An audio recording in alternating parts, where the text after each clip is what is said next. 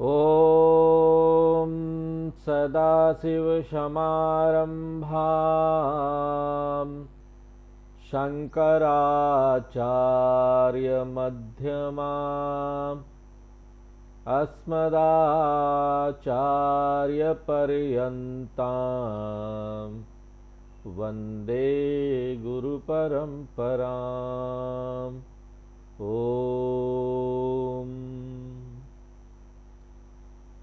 तो 13वां अध्याय शुरू हो चुका है।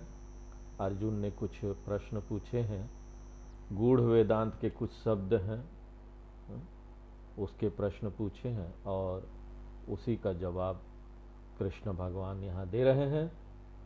और उसका जवाब देते हुए हमको जीवात्मा परमात्मा ऐक्यम के बारे में भी बता रहे हैं। तो जीवात्मा एक नाम है, जीव और आत्मा। जब हम एक व्यक्ति को देखते हैं और उसकी दृष्टि से देखते हैं आत्मा को, तो वो जीवात्मा हो गया। और वही जब हम समग्र दृष्टि से देखते हैं, टोटल की दृष्टि से, तो वो परमात्मा हो गया। तो समष्टि की दृष्टि से वही आत्मा परमात्मा हो जाता है और व्यष्टि की दृष्टि से, एक व्यक्ति की दृष्टि से, वही आत्मा जीवात्मा हो जाता है। और मान लीजिए यहां पर हम लोग बात कर रहे हैं जीवात्मा परमात्मा एकता की। और मान लीजिए कि यहां पर हमने व्यष्टि को भी नकार दिया और समष्टि को भी नकार दिया। ये उपाधि है ना, यहां जीवात्मा ना परमात्मा, तो बचा क्या? आत्मा।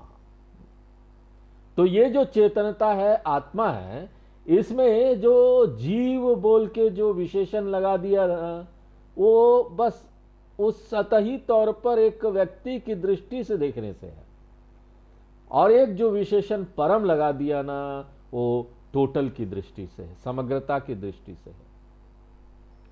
यहां पर एक प्रधानमंत्री है, वो देखिए वहां जाकर अपने ऑफिस में जाकर प्रधानमंत्री हो जाता है या राष्ट्रपति हो जाता है, लेकिन अपने परिवार के बीच आता है तो वो किसी का चाचा है, किसी का नाना है, किसी का पति है, पत्नी है, भाई है, किसी का पिताजी है, किसी का बेटा है। क्या बदलता है? बदलता क्या है? जब वो प्रधानमंत्री बनकर ऑफिस में जाता है तो वही 70-75 केजी का। प्रधानमंत्री के ऑफिस में जाकर थोड़ी ना 75,000 टन का हो जाएगा, वो तो वही रहेगा। लेकिन उपाधि की दृष्टि से वो बड़ा हो जाता, उसको एक उपाधि मिल गई, उसको एक पद मिल गया।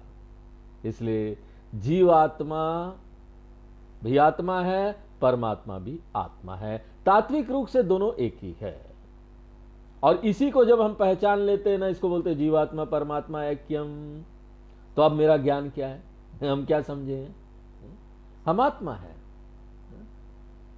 और हम जब ये जो चेतनता है इस एक व्यक्ति वाले शरीर से बाहर व्यवहार कर रहे हैं, तो हमको जीव बोला जा रहा है। और वही जो चेतनता पूरी सृष्टि से अभिव्यक्त हो रही है, परमात्मा बोला जा रहा है। जब हम शरीर को भूल जाते हैं, जब हम इस जगत को भूल जाते हैं, जब हम शरीर को भूल जाएंगे, जगत को भूल जाएंगे, तो हम क्या है? ना तो हम जीवात्मा है, ना परमात्मा है, आत्मा है।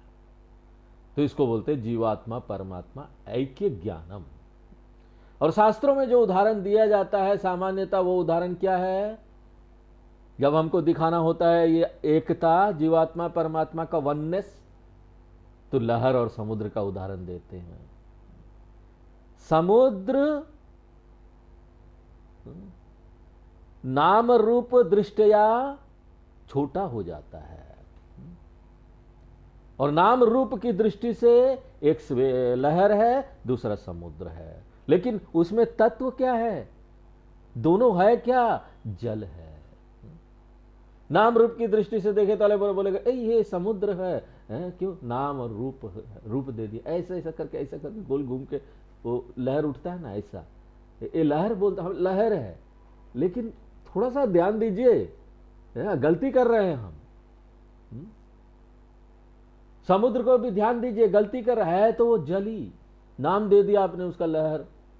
थोड़ा टेढ़ा मेढ़ा हो गया तो लहर, थोड़ा ज्यादा हो गया तो समुद्र। तो ये जो जल की दृष्टि से देखना है, ये जो जल की दृष्टि लेके आना है, जल का ध्यान करना, जलम ध्यानम। आज तक तो शरीरम ध्यानम किया, जगतम ध्यानम किया, अब जलम ध्यानम कीजिए। और जब जलम ध्यानम जीवन में मुख्य हो जाए तो इसको बोलते हैं जीवात्मा परमात्मा ऐक्यम, यह आत्मज्ञान प्राप्त हो गया। तो इस तीसरे श्लोक में कृष्ण भगवान इस सत्य को उद्घाटित कर रहे हैं, और इसलिए इस श्लोक को क्या बोलेंगे? महावाक्य श्लोक। बहुत बहुत महत्वपूर्ण श्लोक है ये।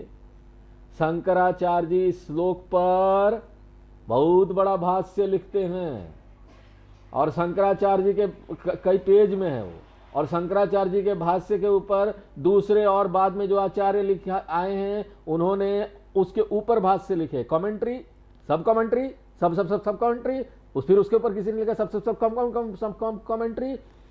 तो सिर्फ ये आप एक श्लोक लेंगे ना, एक पूरा किताब बन जाएगा खाली एक श्लोक के ऊपर। तो ये महावाक्य का परिभाषा क्या है? कोई भी वाक्य जो तात्विक एकता को दर्शाए, जीवात्मा परमात्मा के तात्विक एकता को, तो ये जो जीवात्मा परमात्मा ऐक्य बोध का वाक्यम है, इसको महावाक्यम बोलेंगे। परिभाषा है महावाक्य का। अब इस श्लोक को देखिए, कृष्ण भगवान बोल रहे हैं कि अर्जुन बहुत ध्यान से समझो और आत्मसात करो। क्या समझना है? क्षेत्रज्ञम माम विद्धि। क्षेत्रज्ञम यानी क्षेत्रज्ञ जीवात्मा। ये जो जीवात्मा, ये जो चेतनता, ये जो आत्मा इस शरीर में है, माम विद्धि, मुझे जानो। कौन बोल रहे हैं? कृष्ण भगवान। माम, माम यानी परमात्मा। इसलिए ये जो जीवात्मा है, क्षेत्रज्ञम माम विद्धि, ये मुझे ही जानो, परमात्मा जानो। तो आप क्षेत्रज्ञ जीवात्मा को कृष्ण परमात्मा जानो। क्षेत्रज्ञ जीवात्मा, ये शरीर अलग है, कृष्ण परमात्मा शरीर अलग है, लेकिन डब्बा अलग होते हुए भी एक छोटा डब्बा है, एक बहुत बड़ा कंटेनर है। उसके अंदर का जो चेतनता है ना, वो एक ही है दोनों में। बल्ब अलग अलग हो सकते हैं, एक बेडरूम का 0 वाट का बल्ब होगा, एक बाहर गार्डन में लगा हुआ है सर्च लाइट 1000 वाट का होगा। बल्ब अलग अलग है, लेकिन उसके पीछे का जो बिजली है ना, वो एक ही है। अब आप ये मत पूछिए स्वामी जी इसका मतलब क्या है कि ये आत्मा जो है बिजली है। हम सिर्फ उदाहरण दे रहे हैं तुलना करने के लिए, वो बिजली एग्जैक्टली नहीं है। इसलिए कृष्ण भगवान बोलते हैं क्षेत्रज्ञ माम विद्धि, मुझे ही वो परमात्मा जीवात्मा वही मुझे जानो। और वो परमात्मा कहां पर है? सर्व क्षेत्रेषु भारत। ये जो चेतनता है वो सभी क्षेत्र में यानी सभी शरीर के अंदर है। जब मैं अपने आप को देखता हूं, आपको देखता हूं, चेतनता के रूप में देख रहा हूं, और जब इस तरह की दृष्टि से चेतनता के रूप में देख रहा हूं, तो मैं ये बोल सकता हूं कि आप और मैं एक ही है। शरीर की दृष्टि से नहीं बोल सकता। मेरा शरीर अलग है, आपका शरीर अलग है, मेरा मन अलग है, आपका मन अलग है, मेरी भावना अलग है, आपकी भावना अलग है, मेरी बुद्धि अलग है, आपकी बुद्धि अलग है। हम ये नहीं बोल सकते मेरा ज्ञान अज्ञान आपके जैसा है, मेरा ज्ञान अज्ञान आपसे अलग है। लेकिन जब हम वो साक्षी चैतन्य में आ जाएंगे तो हम ये बोल सकते हैं कि आप और मैं एक ही है। सह अहम अस्मि, अहम सह अस्मि, ये एक प्रसिद्ध सोहम मंत्र है, सोहम अहम सह। इसलिए यहीं से इसको ये नाम मिला हमसा मंत्र, इसलिए मिला है। हमसा मतलब अहमसह, मैं वही परमात्मा हूं, मैं वही ब्रह्मास्मि, यही प्रकट यहां किया जा रहा है। और कृष्ण भगवान बोलते हैं कि ये ज्ञान सबसे ज्यादा उपयोगी ज्ञान है, और ये तो रियल नॉलेज है जो सबको प्राप्त करना चाहिए, इसमें कोई विकल्प नहीं है। समस्या सुलझाना है तो एकमात्र यही है, इसके अलावा कोई दवा नहीं। संसार रूपी रोग, संसार रूपी स्वप्न, संसार रूपी दुख का कोई दवा नहीं इसके अलावा। जितना भी यहां ज्ञान प्राप्त करते हैं आप, वो बेकार है, अनुपयोगी है। क्यों? क्योंकि ये जो भी ज्ञान आप यहां प्राप्त करते हैं वो आपके क्वालिटी ऑफ लाइफ को इंप्रूव नहीं कर रही है, आपका जो जीवन है उसको अच्छा नहीं बना रही है। पहले आप दुखी बीकॉम थे, और उसके बाद क्या हुआ? उसके बाद आप हो गए दुखी एमकॉम, दुखी पीएचडी, दुखी इंजीनियर, दुखी ग्रेजुएट। वो ग्रेजुएट फिर मैनेजमेंट का कोर्स करेगा, दुखी एमबीए। तो दुखी तो लगा हुआ है उसके पीछे। पहले कम ज्ञान में दुखी थे, अभी ज्यादा ज्ञान में दुखी है, और ज्यादा ज्ञान और भी दुखी कर रहा है, सुखी तो दे रहा नहीं। दुखी बाबा, डिग्री बदल रहा है, लेकिन दुखीपन वही है, दुखीपन नहीं जा रहा है। तो इसलिए क्या है, यही रियल नॉलेज है, एकमात्र यही जो आपके क्वालिटी ऑफ लाइफ को बदलता है। इसलिए कृष्ण भगवान यहां बोलते हैं क्षेत्र क्षेत्रज्ञ योर ज्ञानम। ये जो ज्ञान है क्षेत्र और क्षेत्रज्ञ के बारे में, तत् ज्ञानम, एकमात्र वही ज्ञान है और कुछ नहीं है। मुंडक उपनिषद में हमने देखा कि इसी ज्ञान को क्या बोलते हैं? पराविद्या। और बाकी सारी दुनिया को जो दुनिया वाली ज्ञान है उसको क्या बोलते हैं? अपराविद्या। शंकराचार्य जी कहीं पर यह बात बोलते हैं कि अपराविद्या ही अविद्या, अपराविद्या ही अविद्या। अपराविद्या यानी जितनी भी और यहां पर ज्ञान है वो समझो कि अज्ञान है ही नहीं ज्ञान। इसलिए अब जितने भी ज्ञान, बड़े बड़े पंडित लोग ना ज्यादा इतराए नहीं, मुझे बड़ा ज्ञान है मैं बड़ा पीएचडी, बड़ा 4-5-10 डिग्री ले लिया हूं, कुछ ज्ञान नहीं है। शंकराचार्य जी बोल रहे हैं वही अविद्या है, अविद्या अज्ञान है। अब यहां प्रश्न आता है कि आप किस तरह से समझते हैं कि ये जो ज्ञान है आपके क्वालिटी ऑफ लाइफ को इंप्रूव कर रहा है, किस तरह से कर रहा है? How does it change my life? मेरे जीवन को कैसे बदल रहा है? अब फिर से ना उस उदाहरण पर जाइए, लहर और समुद्र वाला उदाहरण। कल्पना कीजिए दो लहर है, अब दोनों लहर एक प्राणी की तरह है, बात कर सकते हैं, आदमी की तरह समझ लीजिए, कल्पना कर लीजिए दो लहर, आदमी मनुष्य, दोनों बातें कर रहे हैं। एक लहर जानता है कि वो लहर है, लेकिन एक लहर जानता है कि वो जल है। क्या अंतर होगा इस ज्ञान में? एक लहर जानता है वो लहर है, दूसरा लहर जानता है कि वो जल है। डिफरेंस क्या है? क्या डिफरेंस लहर के जीवन में होगा इस ज्ञान को प्राप्त करके? कल्पना कीजिए, जब तक ये जो पहला वाला लहर है वो ये देख रहा है कि मैं लहर हूं, उसकी सोच क्या होगी? अरे हम तो अभी जन्म लिए, कड़ कड़ कड़ कड़ कड़ कड़ कड़ समुद्र में, आगे हम जा रहे हैं किनारे पर, मर जाएंगे मर जाएंगे मर जाएंगे, जल भय दुख लगा हुआ ना, बड़ा होते जा रहे, बड़ा होते जा रहे, बुढ़ापा आते जा रहा, आते जा रहा, एक जगह मर जाएंगे। ये जब लहर बड़ा हो रहा है तो उस सत्य के प्रति अवगत है कि मैं किनारे पर जा रहा हूं, और एक बार मैं किनारे पर पहुंच जाऊंगा तो आई विल बी डिस्ट्रॉयड, मेरी मृत्यु हो जाएगी, मैं नष्ट हो जाऊंगा, तो मैं एक नश्वर सत्ता हूं। ये सोच है इस लहर की। जब तक वो सोच रहा है कि मैं लहर हूं, जब तक उसका निष्कर्ष है कि मैं एक नश्वर सत्ता हूं, ये जो असुरक्षा वाली भावना है ना, उसको आप किसी भी तरीके से नहीं टाल सकते। करोड़ों रुपया आपके पास हो जाए, नहीं होगा।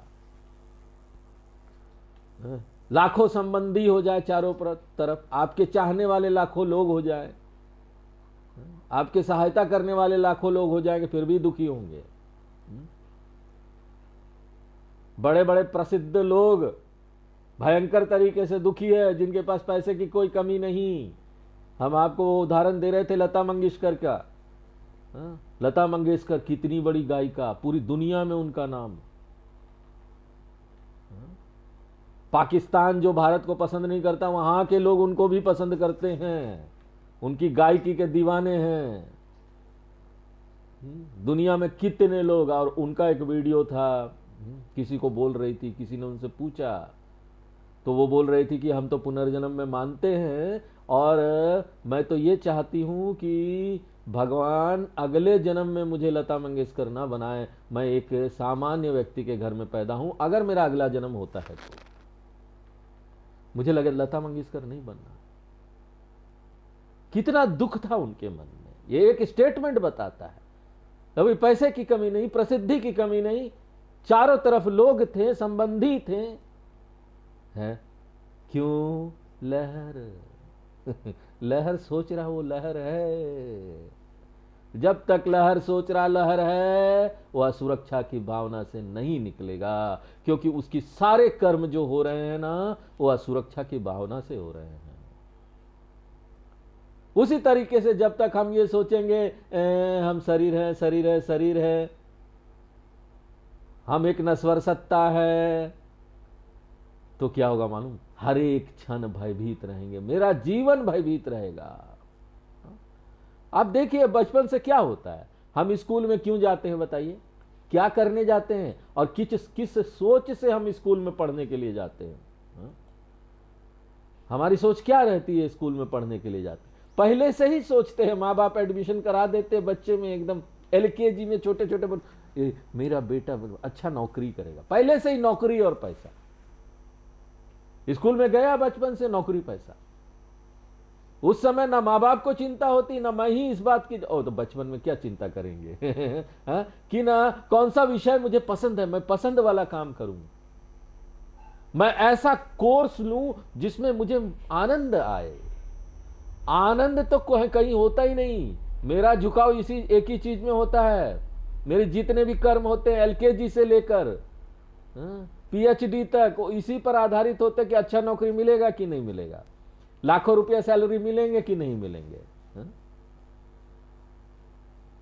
और उसके बाद भी क्या होता है, नौकरी मिल भी जाती है, मेरी अच्छी नौकरी है, बहुत अच्छे लोग हैं अगल बगल, मेरे बॉस भी अच्छे हैं, लेकिन जैसे मुझे पता चलेगा ना दूसरा एक नौकरी है जो मिल रहा है, जिसमें ज्यादा पैसा है, ज्यादा अच्छा पद है, बस छोड़ो जाओ। फिर वहां हम ये नहीं चिंता करेंगे मेरा अच्छा बॉस है, मुझे पसंद करता है, कितने अच्छे लोग हैं, यहीं रहो, ना ना ना ना, सब संबंधों को छोड़कर निकल जाएंगे। अच्छे सैलरी के लिए हम तैयार हैं वहां से जाने के लिए, वहां पर ईमानदारी, संबंध, फिर हम उसका ध्यान नहीं देते। I don't care for loyalty और relationship, my only consideration is कि रिटायरमेंट के बाद मुझे अच्छा पैसा मिलना चाहिए, अच्छा बेनिफिट मिलना चाहिए। तो नौकरी प्राप्त करना, बचपन से ये सब चीज में लगना, ये किस लिए हम चाह रहे हैं? ताकि ना मुझे सुरक्षा प्राप्त हो जाए। हमारे बच्चे होते हैं, उसको भी हम कैसे देखते हैं कि हमने ये इन्वेस्टमेंट किया है, निवेश किया है भविष्य के लिए। बच्चा हुआ, हमको ना कहीं से भी कुछ करना पड़ता है तो हम बच्चे के लिए करते हैं, अपने बच्चे के लिए सब करेंगे। क्यों? मेरा बच्चा जो है ना, आशा है बुढ़ापे में मेरा ध्यान रखेगा, इस चिंता से करते हैं। असुरक्षा की भावना वहां भी है। और जब ये नहीं होता है तो ज्यादातर लोग कहां जाते हैं? आश्रम बने पड़े हैं आजकल, वो वाले आश्रम नहीं, वृद्धाश्रम, ओल्ड एज होम। तो आप देखेंगे ना, हर एक कर्म जो यहां हो रहे हैं, हर एक लोग जो यहां दौड़ भाग कर रहे हैं, वो पैसे के पीछे है। क्यों? क्योंकि वो पैसे को ना समझते हैं कि पैसे से सुरक्षा मिल जाएगा। तो पैसा और सुरक्षा, एक अज्ञानी व्यक्ति के लिए पैसा इज इक्वल टू सुरक्षा। अज्ञानी व्यक्ति यानी जिसको वेदांत का ज्ञान नहीं है। वेदांत ऐसे व्यक्ति को संसारी बोलता है। संसारी का डेफिनेशन क्या है? जो पैसे को सुरक्षा देखता है। पैसा इज इक्वल टू सुरक्षा। और जब मैं पैसे को सुरक्षा देखूंगा, क्यों? क्योंकि मैं अभी असुरक्षित हूं। अभी मैं असुरक्षित हूं ना, क्यों? लहर हूं मैं लहर हूं, मैं ये शरीर हूं। अब ना आप ना एक अलग तरीके से सोचिए, आप एक बुद्ध बन जाइए, बुद्ध लहर, जीवन मुक्त लहर।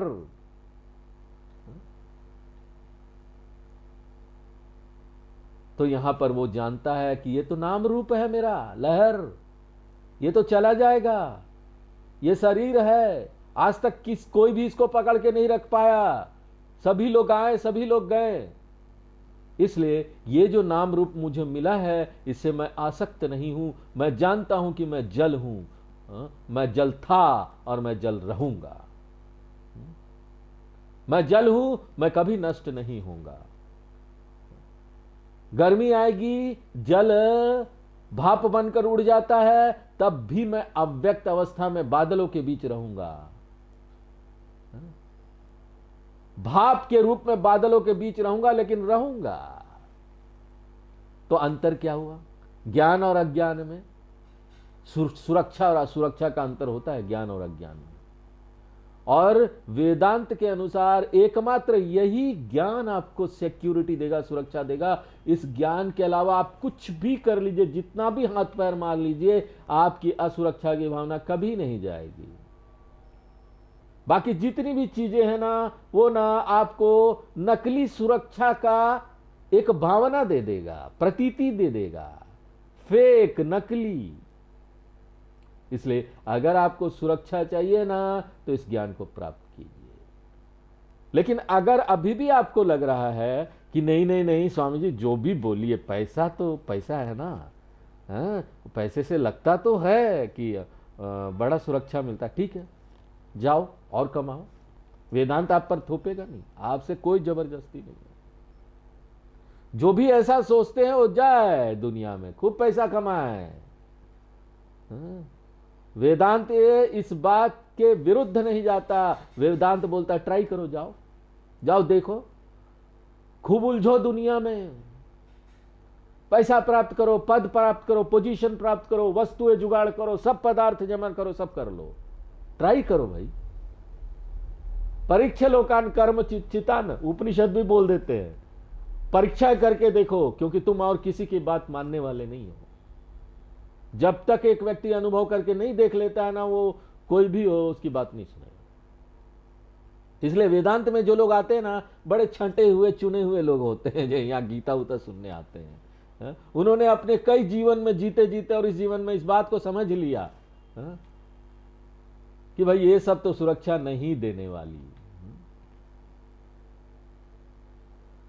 वो इस बात पर विश्वास कर लिए हैं कि सचमुच का जो सुरक्षा है ना, वो वेदांत में आकर ही मिलने वाला है, जब हमको जीवात्मा परमात्मा ऐक्यम का ज्ञान होगा। और सचमुच में जब आप वेदांत में ऐसा सब दुनिया देख कर आते हैं ना, तब जाकर ना आप में इतनी परिपक्वता होती है कि आप यहां बैठकर बड़े ध्यान से वेदांत का इस ज्ञान को सुनेंगे। बड़ी तीव्रता हो जाएगी। तीव्र मुमुक्षुत्वम इसी से आता है, जब आप दुनिया देख लेते हैं, अनुभव कर लेते हैं।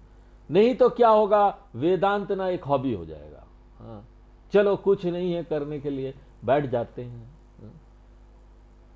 बाकी तो घर में बड़ा झगड़ा झंझट हो रहा है, चलिए स्वामी जी का कैंप में चले जाते हैं, 6-7 दिन का कैंप है, थोड़ा सा चेंज हो जाएगा, घूम आएंगे ऋषिकेश और हरिद्वार,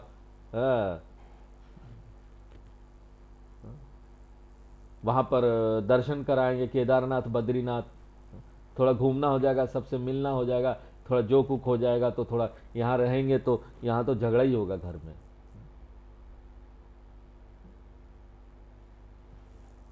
या फिर वेदांत के क्लास में आ भी जाएंगे ना तो बड़ी अच्छी नींद आएगी। तो हम ना यहां पर देखिए जोक कर रहे हैं, तो सीरियसली मत लीजिए। वेदांत आपको एक चैलेंज देता है, चैलेंज है आपको, जाइए। और अगर यहां वेदांत के अलावा कहीं भी आपको सुरक्षा मिल जाए ना तो ट्राई कर लीजिए, देख लीजिए। आज भी यह चैलेंज खुला हुआ है। और कृष्ण भगवान बोलते हैं यही ज्ञान, यही एकमात्र ज्ञान है जो आपके मन से ना असुरक्षा की भावना को निकाल के दूर कर देगा। यहां पर जब ये सब बात हो रही है तो एक और पॉइंट हम आपको बताना चाहते हैं, एक अलग से ये पॉइंट है। आप बोलते हैं कि यहां पर कोई भी चीज आपको सुरक्षा नहीं दे सकती, तो आप ये बोलना चाहते हैं कि केवल वेदांत का ज्ञान ही मुझे सुरक्षा देगा। ये एक अगला चरण है, इस संदर्भ में ज्यादा महत्वपूर्ण नहीं है, लेकिन मैं आपको बताना चाहता हूं, मैं इसको बाईपास नहीं करना चाहता। वेदांत बोलता है इनफैक्ट, सचमुच में वेदांत भी आपको सुरक्षा नहीं देगा। वेदांत भी आपको सुरक्षा नहीं देता। वेदांत तो बस इस सत्य को प्रकट कर देता है कि आपको ना बाहर से किसी सुरक्षा की आवश्यकता नहीं है, क्योंकि आपकी जो मूल प्रकृति है वही सुरक्षित है, हमेशा से आप वही थे। तो आपको वेदांत सुरक्षा नहीं देता, वेदांत असुरक्षा की भावना को दूर कर देता है। वेदांत असुरक्षा की भावना को दूर कर देता है। इसलिए ऐसे ज्ञानी लोग हैं, वो लोग बहुत सारे लोग सन्यासी लोग भी हैं, ज्ञानी लोग, इसलिए वो कोई चीज को पकड़ते ही नहीं है, उनके पास कुछ नहीं है। देखो ना, एक जो सन्यासी होते हैं ना, उनके पास परिवार भी नहीं है। हमारे पास तो परिवार है, एक को हॉस्पिटल में भर्ती हो गया, दूसरा उसका देखभाल कर लेगा, पैसे नहीं है तो दूसरा उसको पैसे दे देगा। लेकिन उनके पास तो बैंक अकाउंट भी नहीं होता, वो कोई चीज जमा करके भी नहीं रख सकते, अपने नाम पर कुछ रख ही नहीं सकते। और उनके पास ना कोई किचन भी नहीं होता, खाना भी जमा करके नहीं रख सकते। उनको तो पता ही नहीं अगला खाना कहां मिलने वाला है। अब वो अलग बात है, आजकल सन्यासियों ने ट्रस्ट आश्रम सब बना लिया है, लेकिन शास्त्र जैसे सन्यासियों के रहने की बात करते हैं वो इस तरीके से ही है। तो आजकल के सन्यासी देखेंगे कोई भी सन्यास का नियम का पालन नहीं करते। जो भी सन्यासी, साधु सन्यासी देखेंगे शास्त्रों के अनुसार तो नहीं करते, लेकिन अब बदलना है, उनको भी ज्ञान देना है यहाँ पर।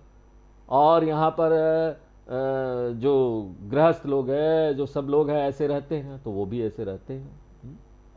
समय बदल गया है, लेकिन शास्त्र में जो बताया गया वो है कि आप अपने नाम पर कुछ भी नहीं रह सकते। जब कुछ भी नहीं है तो उनको तो सबसे ज्यादा असुरक्षा की भावना रखनी चाहिए ना, उनके पास तो कुछ नहीं है। लेकिन देखिए उनका चेहरा चमकता रहेगा, सबसे चमकता साधु संतों का चेहरा दिखाई देगा, हंसते रहेंगे, चमकता रहेगा। सचमुच में देखिए आपके पास जितनी चीजें होगी ना, जितना चीज आप जमा करेंगे ना, उतनी ही आपको सिक्योरिटी गार्ड की आवश्यकता होगी। इसलिए कृष्ण भगवान बोलते क्षेत्र क्षेत्रज्ञ योर ज्ञानम, ये जो ज्ञान है क्षेत्र का और क्षेत्रज्ञ का, यही सचमुच का ज्ञान है, और इसी को आत्मज्ञान बोलते हैं। 4 नंबर श्लोक पढ़ते हैं।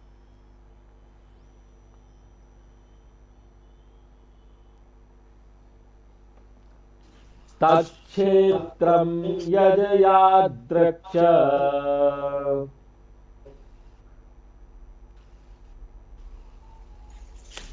तत्क्षेत्रम यदयाद्रक्ष यद्विकारी यतश्च यत् तद्विकारी यतश्च यत् स च यो यत् प्रभावश्च तथयो यत् प्रभावश्च तत्समासेन मे शृणु। तत्समासेन मे शृणु। तो कृष्ण भगवान बोलते हैं कि इससे पहले वाले 2 श्लोक में, दूसरे और तीसरे में अर्जुन संक्षेप में मैंने क्षेत्रम और क्षेत्रज्ञ को परिभाषित कर दिया, संक्षेप में बता दिया। इसलिए अब ये 2 विषय को मैं थोड़ा और विस्तार से बताऊंगा। और ये 4 नंबर श्लोक में कृष्ण भगवान परिचय दे रहे हैं। वो बोलते हैं कि अर्जुन सुनो ठीक से, यत तद क्षेत्रम, कि क्षेत्र सचमुच में है क्या, जो कि हम देख चुके हैं। एक वस्तुनिष्ठ, वस्तु वाला जो यहां पर ब्रह्मांड हमको दिख रहा है, तो अब मैं तुमको एक लिस्ट दूंगा जिसमें क्षेत्र में क्या क्या आता है वो पता चलेगा, क्या क्या इंक्लूडेड है क्षेत्र में। तत् क्षेत्रम यज यादृक्ष, क्षेत्रम का प्रकृति क्या है, ये जो वस्तुनिष्ठ ब्रह्मांड है, क्षेत्रम वस्तुनिष्ठ ब्रह्मांड, ये जो क्षेत्रम को अनुभव करने वाला है उससे अलग है।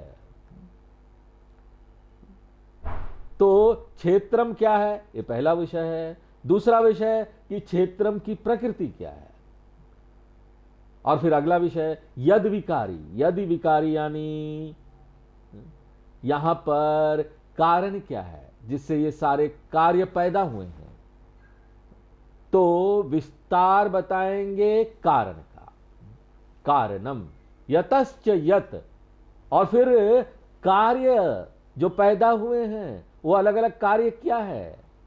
यद विकारी कारणम को बता रहा है और यतश्च यत कार्यम को बता रहा है। एक हो गया कारणम और दूसरा हो गया कार्यम। तो यहां बताने का क्या अर्थ है कि ये पूरी जो वस्तुगस्त, ये जो ब्रह्मांड है, उसमें कार्य कारण का ही ये चेन है बना हुआ है, कार्य कारण यही चल रहा है। अगर आप एक व्यक्ति को लेंगे ना, तो मैं कार्य हूं और मेरे माँ बाप मेरे कारण हैं। अपने माँ बाप के कारण ही मैं यहां पर हूं ना। मेरे माँ बाप खुद भी कार्य हैं और उनके माँ बाप उनके कारण हैं, यानी दादा दादी कारण हैं। तो यहां पर कोई भी चीज आप लीजिए, वो किसी न किसी चीज का कार्य है और किसी न किसी चीज का कारण है। तो यहां पर कारण क्या है और कार्य क्या है, क्षेत्रम क्या है, क्षेत्रम की प्रकृति क्या है, और कारण क्या है, वो क्षेत्रम में सम्मिलित है, और कार्य क्या है वो भी क्षेत्र में सम्मिलित है। तो ये डिटेल है क्षेत्रम का।